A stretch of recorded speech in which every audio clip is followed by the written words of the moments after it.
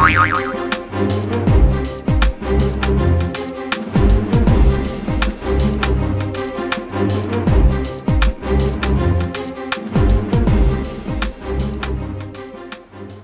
everyone, Irix Guy here. You probably heard today that the new MacBook Pro 13-inch Retina version was released. Now, personally, I've got my 2012 edition of the MacBook Air Ivy Bridge, 13-inch MacBook Air, and I actually prefer it over the MacBook Pro 13-inch Retina. Now, why is that the case?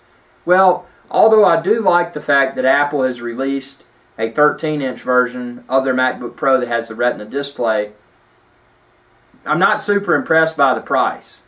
Because what I can get, and sure, it doesn't have as fast of a processor, doesn't have the Retina display, but it does have the LED backlit, which is perfectly good. But when you're dealing with the MacBook Pro 13-inch Retina, you're paying a premium, especially if you're going to upgrade the storage, hard disk storage, and/or memory, as opposed to the MacBook Air 2012 edition, where you can get nicely equipped MacBook Air with 8 gigs of memory and 128 gig SSD for a fair price.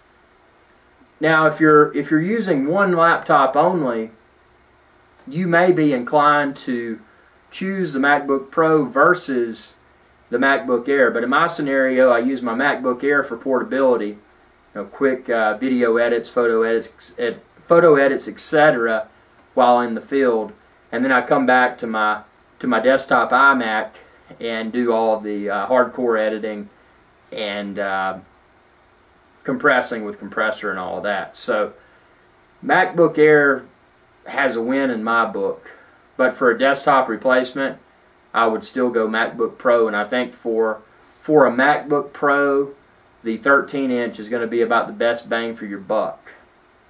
You get up in those 15 inches, I mean, you're getting pretty high.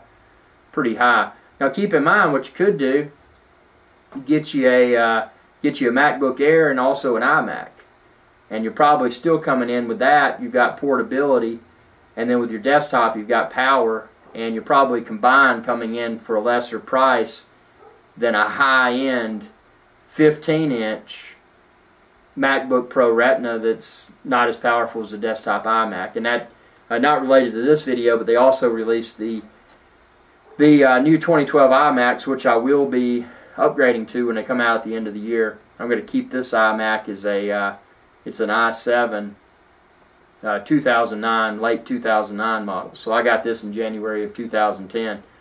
Shows how well these Apple computers hold up from a performance perspective. I do all my HD video edits still on that 2009 model iMac, so it's definitely not outdated, and it's going to become part of my Final Cut Pro 10. Actually, I'm sorry, compressor render farm that I use for compressing Final Cut Pro 10 video projects. But yeah, the MacBook 13-inch Retina, personally, like I said, I would choose the MacBook Air over it just because of the price.